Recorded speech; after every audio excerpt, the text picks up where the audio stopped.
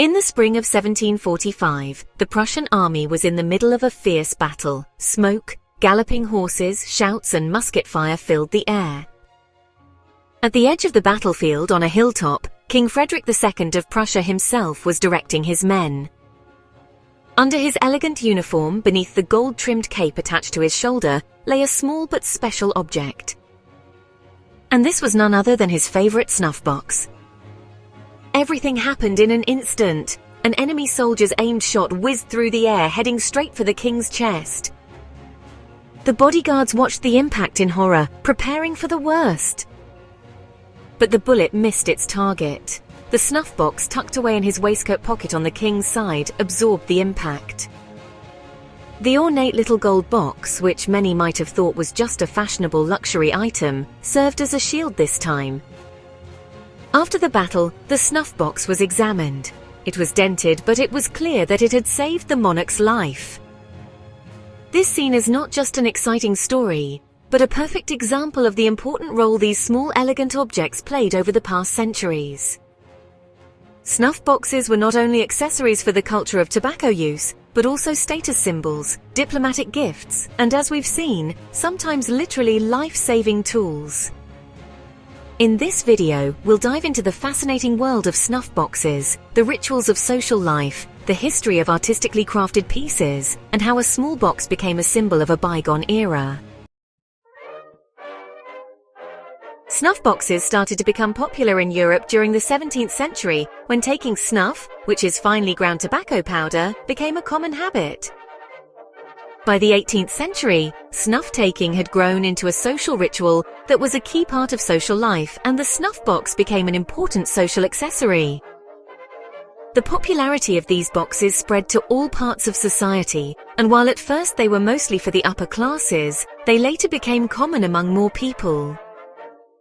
Besides being useful, these items also had great artistic value, showing the taste and education of the person who owned them, while the ritual of snuff-taking required graceful hand movements and good manners. These small boxes were mainly used to hold snuff, which is finely ground and often scented tobacco powder, sniffed into the nose. Tobacco was brought to Europe after the discovery of America at the end of the 15th century, and by the 17th century, it was widely used. By the middle of the 18th century, snuff-taking became a widespread trend across Europe, from the French royal court to the Russian nobility. Just as the custom of snuff-taking quickly spread across Europe, the world of snuffboxes became very rich and diverse. Of course, each country added its own style and traditions to this special type of object. In France, the rococo style bloomed in the 18th century. French snuffboxes therefore showed off a delicate elegance and playfulness. They were decorated with enamel work, flower designs set in gold, scenes from myths, and often spicy, even erotic pictures. One of the French nobility's favorite pastimes was making social gatherings an art form, and the snuffbox played a big part in this.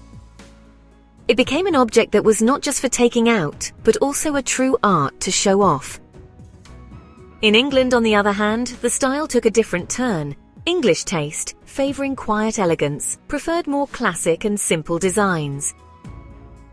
The decorations were often simpler, but the quality of the work was outstanding. The silver snuffboxes were delicately engraved, timeless and refined, like a good English sense of humour, not loud, but meaningful.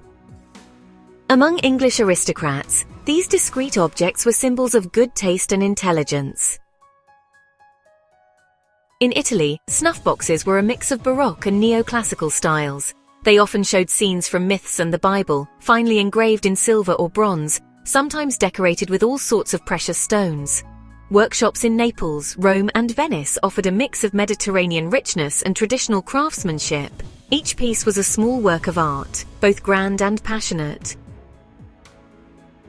Switzerland might not have been a centre of lavishness, but in the 18th and 19th centuries, masters in Geneva created technically unmatched pieces.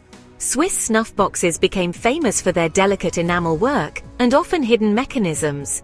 Watches, music boxes, or moving miniature scenes were tucked inside. These were not necessarily meant to show off, but to impress, and they were often sent to the most important royal courts around the world. In Russia, the splendor of the Tsar's court was also seen in the snuff boxes. The heavy gold-plated pieces were often decorated with designs inspired by Byzantine art. They featured rich colors, tiny icons, Orthodox Christian designs, and often many precious stones.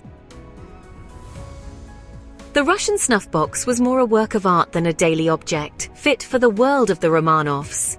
Even Fabergé, the famous jeweler of the Tsar's court, made snuff boxes that are still admired today. Germany, especially Meissen, took the art of snuff boxes to a new level.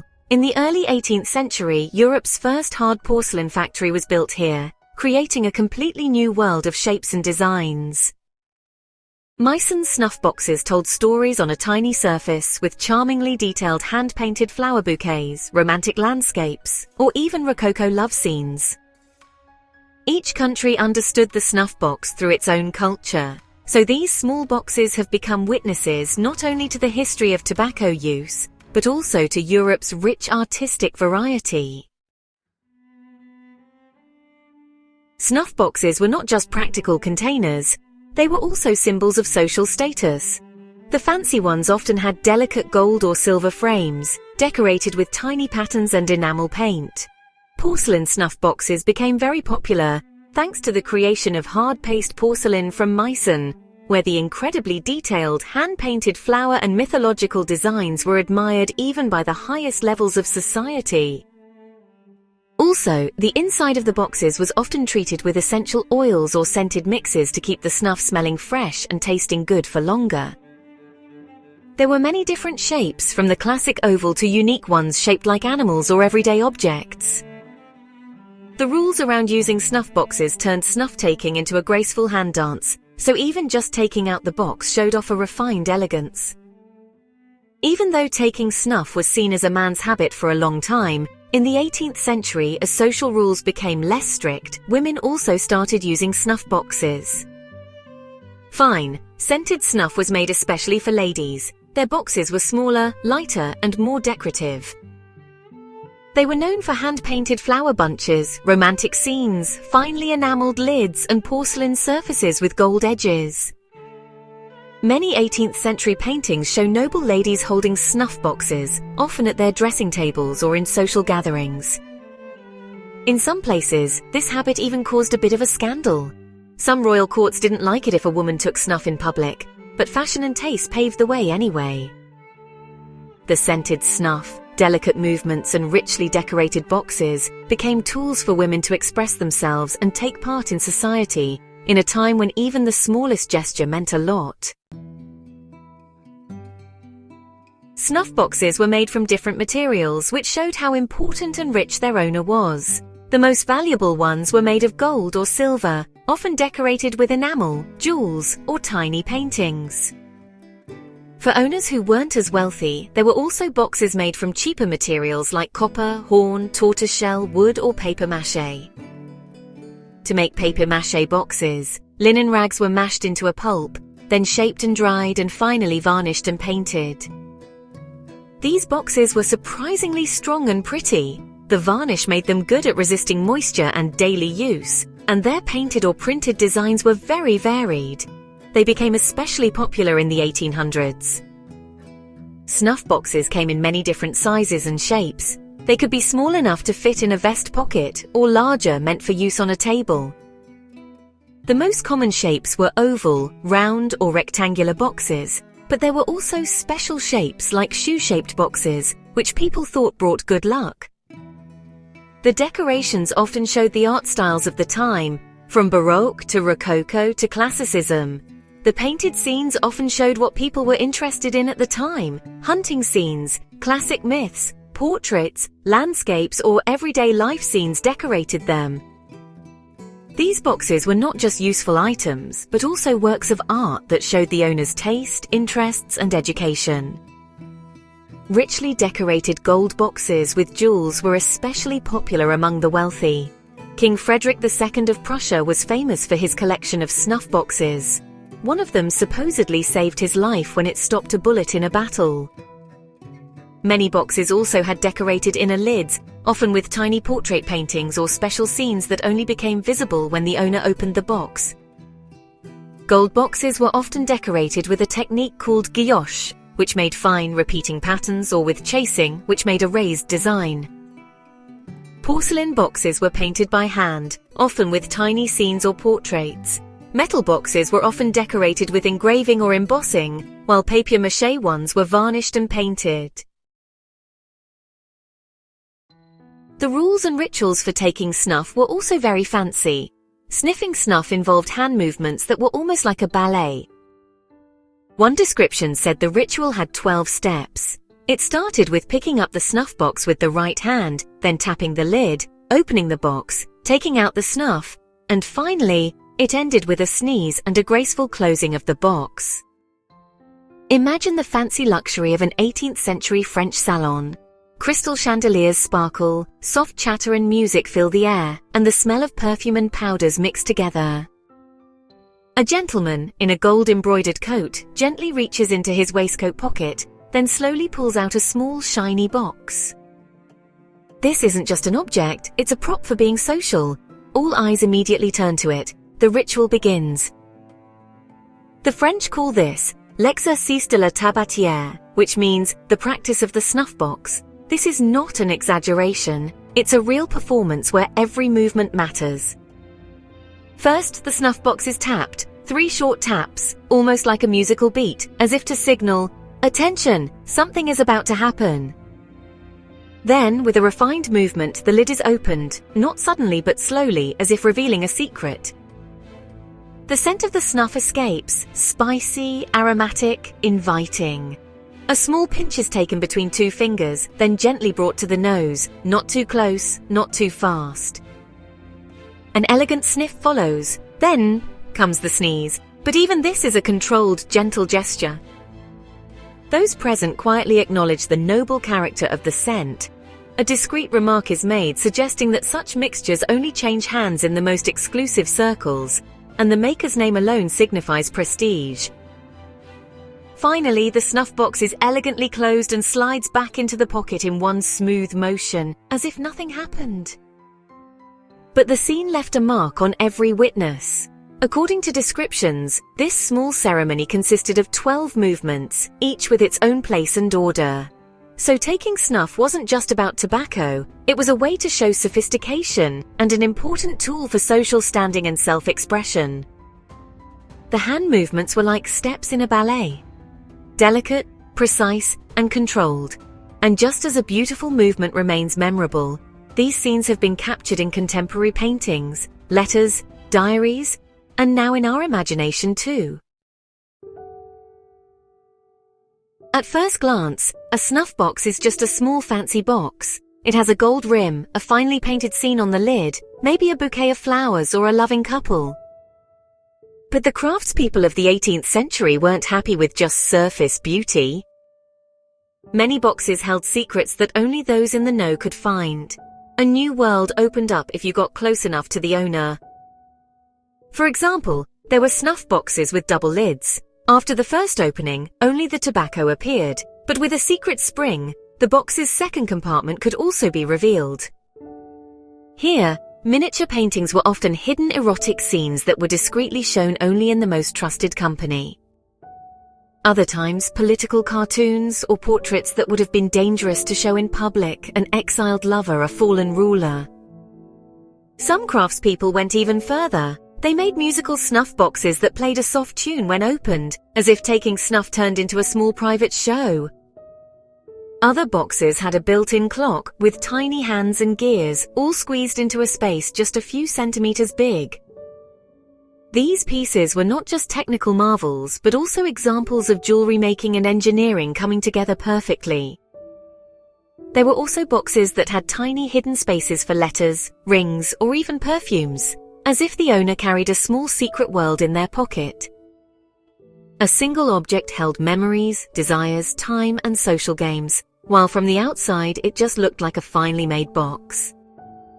So these snuff boxes were not just everyday items, but also private message carriers, and both emotional and technical works of art.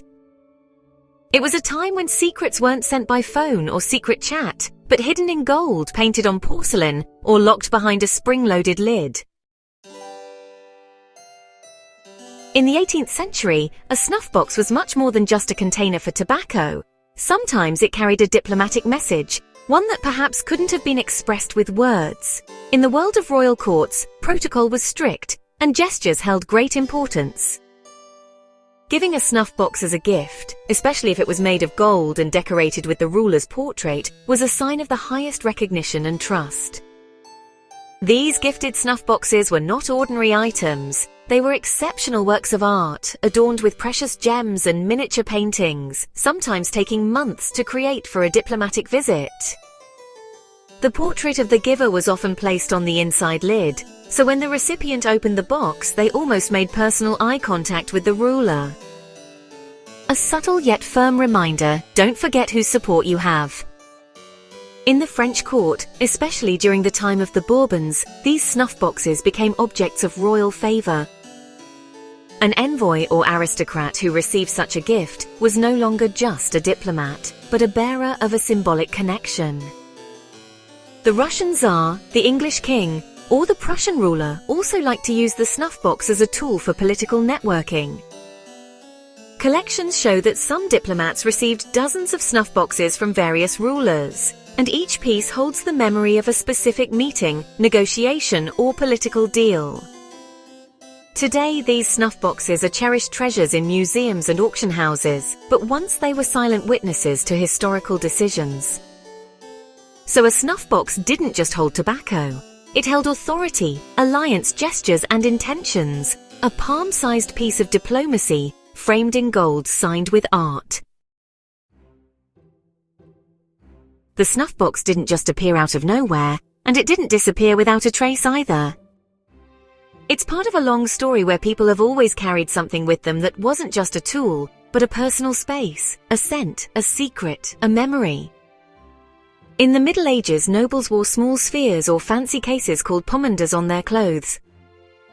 Inside these, there were spices, herbs, and aromatic things, not just for their smell, but also because people hoped they would protect them from sickness. Vinaigrette boxes also held scented liquid, vinegar water soaked into a tiny sponge mixed with lavender or rose oil. Both ladies and gentlemen used these to freshen up or to literally escape into a bubble of scent when walking through a smelly street. The snuff box became the refined heir to these scented items, carrying their personal nature, while also gaining a social dimension. It was no longer just for the pleasure of the nose, but started conversations, drew attention, and suggested status.